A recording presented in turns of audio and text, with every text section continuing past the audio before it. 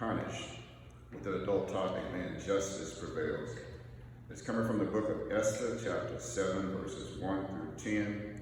Our main thought is verse 10. It reads, "So they hanged Haman on the gallows that he had prepared for Mordecai. Then was the king's wrath pacified." This morning's lesson is entitled, "Justice Will Be Punished." And this is a lesson that we find one named Haman, who was guilty of the things that caused him to be punished by. Haman had jealousy in his heart. Haman had racial hatred in his heart. Haman also was one that abused the power that he found was placed in his hands. This lesson with background scriptures was from chapter 3 to chapter 7. So in your spare time, it's best to go and read the book of Esther. I know this is a book that we rarely visit, rarely study, rarely read, but this is a good book to go back and read from chapter 3 so you can kind of be filled in on all the things that was going on in this lesson. I'll do my best to fill in what I can in the time that's allowed me here this morning. But Haman was now put in power. He was second in command next to the king.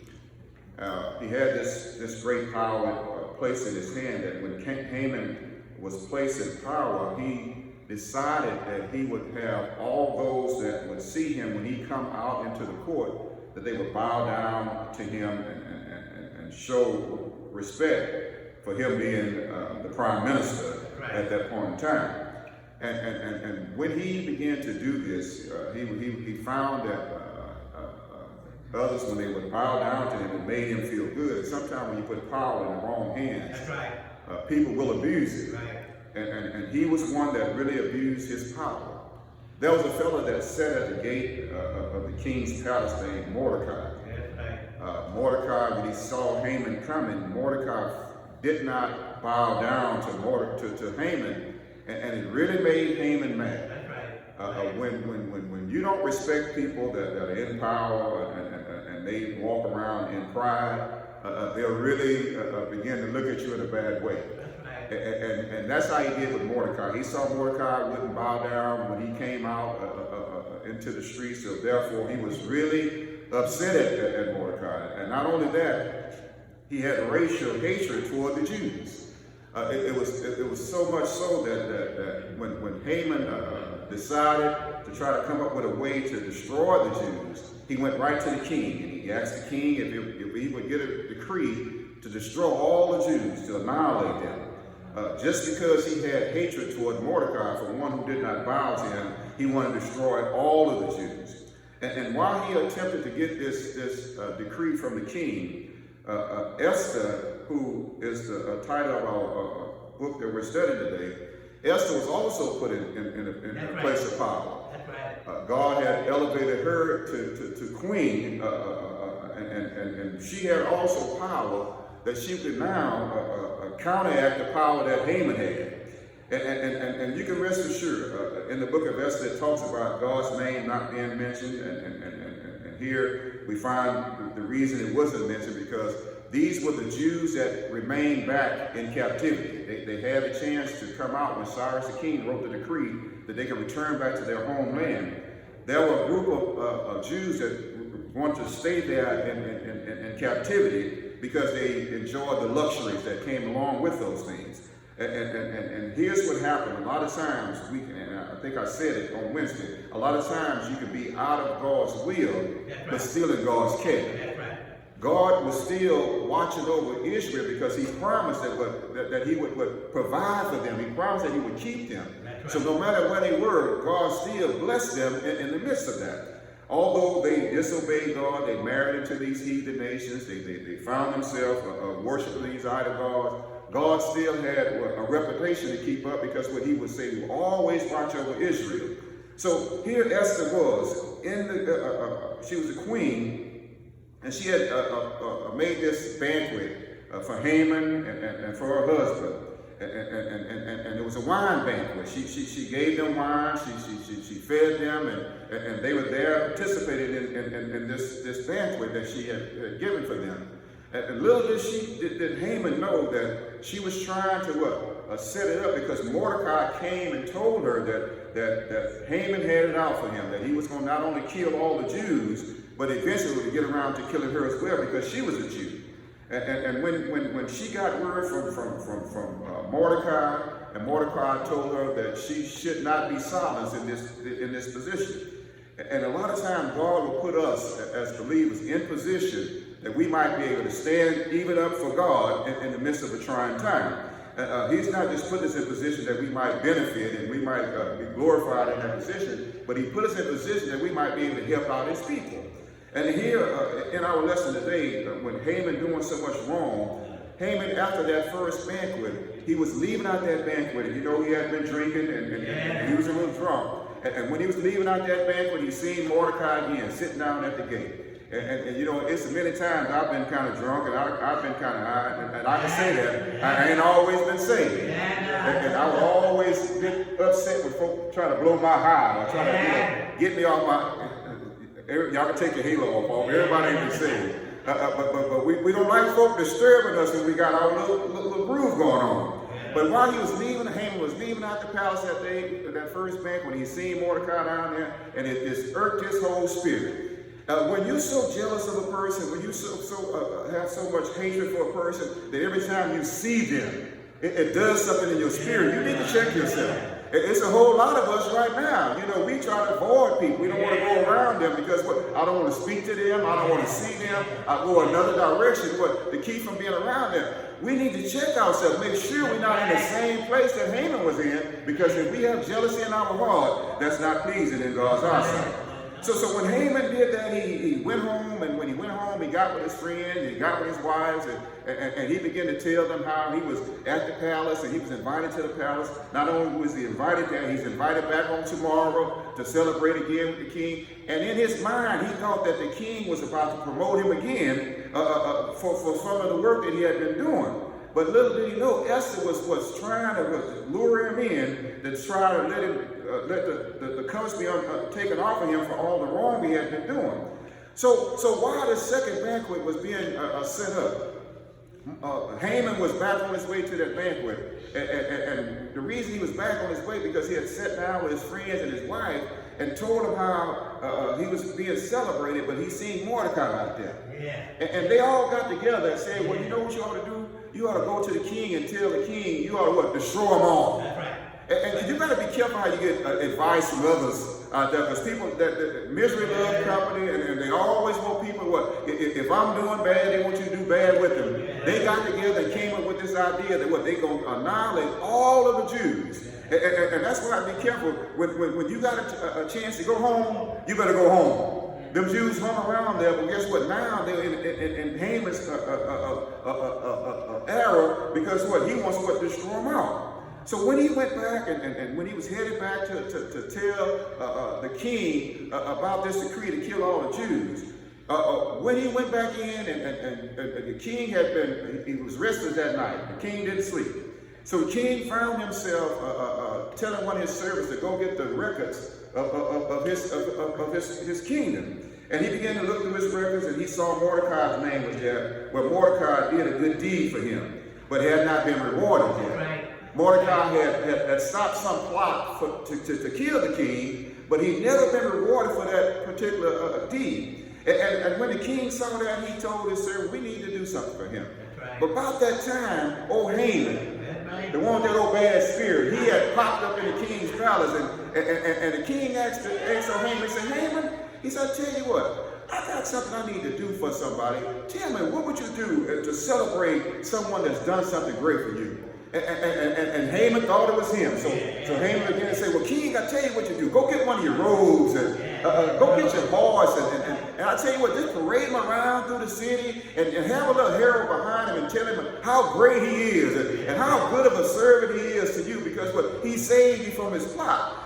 He was saying all that for himself. You know, a lot of times people want things done for themselves. They'll tell you all the good things. If it's going to be something that's going to elevate and glorify me, it's for me. But little did he know, he was saying all those things that it was going to be done to Mordecai. The person that he hated, the person that he did was jealous against, the person he wanted to destroy, his enemy was right there, and he was going to be the one glorified. So when Haman finished telling the king all those things, the king said, that's a good idea. He said, go get Mordecai. And when Haman heard, he said, go get Mordecai, I can just imagine in his spirit, boy, he wanted to really just rip his whole heart out. So they went and got Mordecai and dressed Mordecai in one of the robes and put him on one of the king's horses and paraded him around through the city. And guess who had to be the one to herald out his name and got being a good deed? It was Haman. They always say keep your friends close and your enemies closer. So Esther had her enemy real close to her, and he didn't even know it. Didn't realize, because power had went to his head in such a way, he didn't even realize that Esther was the queen. So there he is. After that little episode was over with, and I can imagine he was talking bad about him for a while. But since he was drinking wine, the next banquet was coming up. The little wine made it all better, all over. So he was back in the king's palace, drinking his little wine. He was feeling good about what he was doing. And while he was doing that, Esther's question was now about to be answered, because the king said, now Esther, what's your request? That's what we come into our lesson today in verse 7. And I don't know if I'll be able to read any of these things today. I'm just going to go from what the Lord put in my heart now. Esther, what is your petition and what is your request? What do you need me to do? And any husband want to do any good thing for his wife. I mean, he'll try to do everything for her. A lot of them say they'll do a whole lot for you and can't come through on anything. It's a shame when men make all these promises to their wives and to their loved ones and don't come through on it. You hold them accountable for those things. But when the king asked Esther, what do you want me to do? What's your petition? And she said to him in verse 3, then Esther the queen answered and said, if I have found favor in thy sight, O king, and if it please the king, let my life be given me at my petition and my people. For we are sold and my people to be destroyed, to be slain, and to perish. But if we have been sold for bondmen and bondwomen, I have held my tongue, although the enemy could not contravene the king's damage. And then he said, then King Ahasuerus answered and said to Esther the queen, well, who is he and where is he that does presume in his heart to do so? So when she was talking about sparing her life, that made the king kind of upset, wondering who in the world is trying to kill not only my wife's people, but my wife also. It made him upset. Now, if you get news of somebody trying to do anything wrong to your family member, to your loved ones, you're going to be on the lookout to try to do some harm to them. But when he heard that, and when she told the king who it was, she said, well, the king want to know where is he and who is he? Because he had all the power that he needed to destroy anybody. And when the king asked that question, Esther turned right around. It's that wicked adversary Haman. Here he is right here in our house. It's him that have in his heart to not only destroy the Jews, but eventually he's going to get around trying to kill me also. It said the king got so upset when he heard that. And sometimes it's best to walk away when you get upset. Because you can do some things when you're really angry that will cause you to regret later. But the king walked out of the palace and went into the garden to try to cool himself down for what he was about to do to this man, because he was responsible for having him in that position he was in. So when he went out for a little while to try to cool himself, it said that Haman knew his life was threatened. Knew he was about to die, and he began to beg the queen for his life. Please spare me. Please have mercy on me. It got so desperate that the queen was laying on her bed or sitting on her couch, whatever. It said that Haman at that time, he rested on the cross where she was at, sat down with her, and when he did that, it said that the king walked back in. That's right.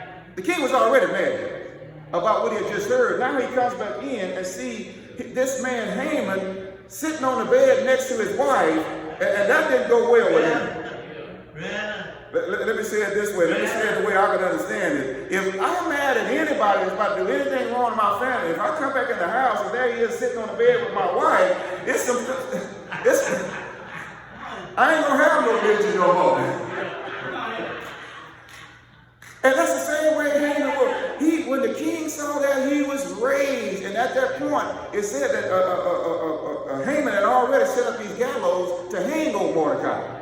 And the same gallows that he hung up, the king came back in. When he saw that the situation, when he was sitting with his wife, he told his servant to take Haman and hang on those same gallows that he had set up for somebody else. So you got to be careful how you dig a ditch for somebody. Huh? Don't throw away your tool, because the same ditch you dug for somebody else, it's going to be what? You're going to need that same tool to dig one for yourself. Look, you got to be careful that every wrong deed that anybody is doing out there, it's going to eventually be punished. And guess what? God is going to be the one to bring down the punishment. It's a whole lot of things we can get away with around each other. But it's one thing, everybody's going to have to answer to God. When you abuse the power that God gives you, when you are jealous and walk around in hatred towards somebody else, look, all of those things are going to come back upon us. You can smile in my face if you want to. You can tell me how much you care and how much you love me. But God knows your heart, and if we're not living according to what God has done, guess what? Justice will prevail in the end. And the moral to this story is, no matter how much you see going on wrong in this world, and we can't stop it, guess what? They got all answers to God. The Bible says everybody got what? Got stand before it, right? The judgment seat of Christ. You don't have to be saved to stand before his judgment seat. Everybody saved and unsaved is going to have to stand before the judgment seat of Christ, and what? And we'll have to give an account of what we have done in this body. And I pray to God that, look, God's name may not be mentioned in this book of Esther, but guess what? God is moving all through and between it. He wouldn't have told the prophet to speak this word into the Bible if he had not wanted us to know this story. So we have to be careful how we're living around others. So at the end, what I would love to say about this, no matter how many times we read through Esther, you can grow. If you go back and read things that you haven't read before, sometimes you get a better understanding out of them. So these books in the Bible that we don't take time to read, open it up every now and then and see what God has to say. May God bless you. May God keep you is my prayer. Amen.